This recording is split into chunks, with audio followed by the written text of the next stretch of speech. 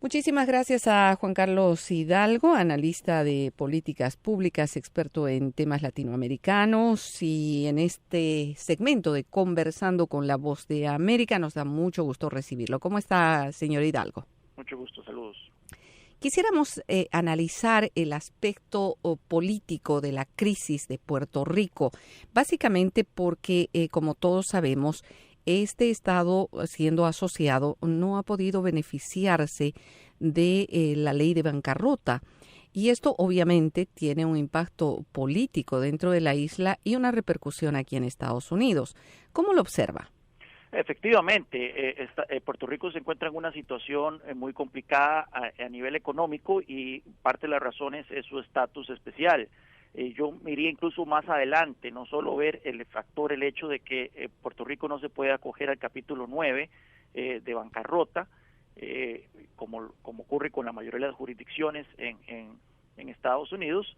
El único territorio que comparte esta situación muy particular es el distrito de Columbia aquí en Estados Unidos, donde está la capital.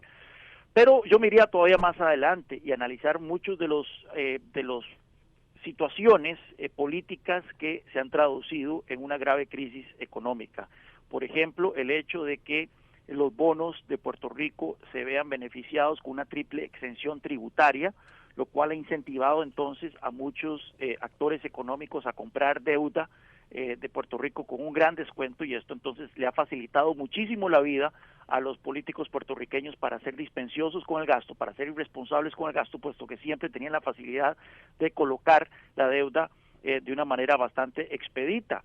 También las situaciones particulares que han afectado la competitividad de la isla debido a su situación particular con Estados Unidos, su situación política. Estamos hablando de la ley de cabotaje, por ejemplo, la ley Jones, que establece que los barcos que sirven a Puerto Rico tienen que ser exclusivamente barcos de bandera estadounidense, lo cual eleva los costos de transporte al ser Puerto Rico una isla que queda alejado de Estados Unidos.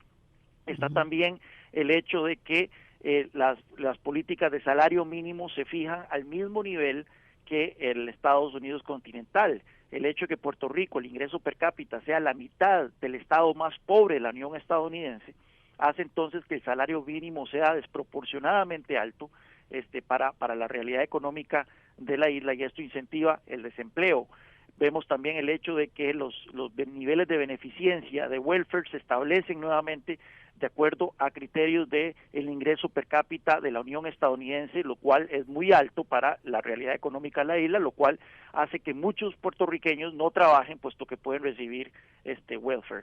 Así que son muchas las situaciones particulares del estatus de Puerto Rico como Estado asociado que afectan su economía, que afectan su competitividad, y por lo tanto resolver la crisis de Puerto Rico no es tan fácil como simplemente otorgarle las garantías del capítulo 9 de bancarrota a la isla. Hay que entrarle de lleno al tema de la competitividad, porque la economía puertorriqueña se viene contrayendo desde el 2006, y para eso se requiere una discusión muy seria sobre el estatus de Puerto Rico, que lamentablemente no hay ni estómago en Washington ni hay estómago en San Juan para tener esa discusión.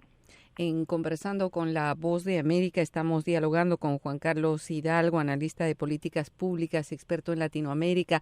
Señor Hidalgo, ¿de qué manera esta crisis puede incentivar esa discusión que ha ido creciendo en los últimos meses sobre la situación de Puerto Rico, si se separa de la Unión Americana?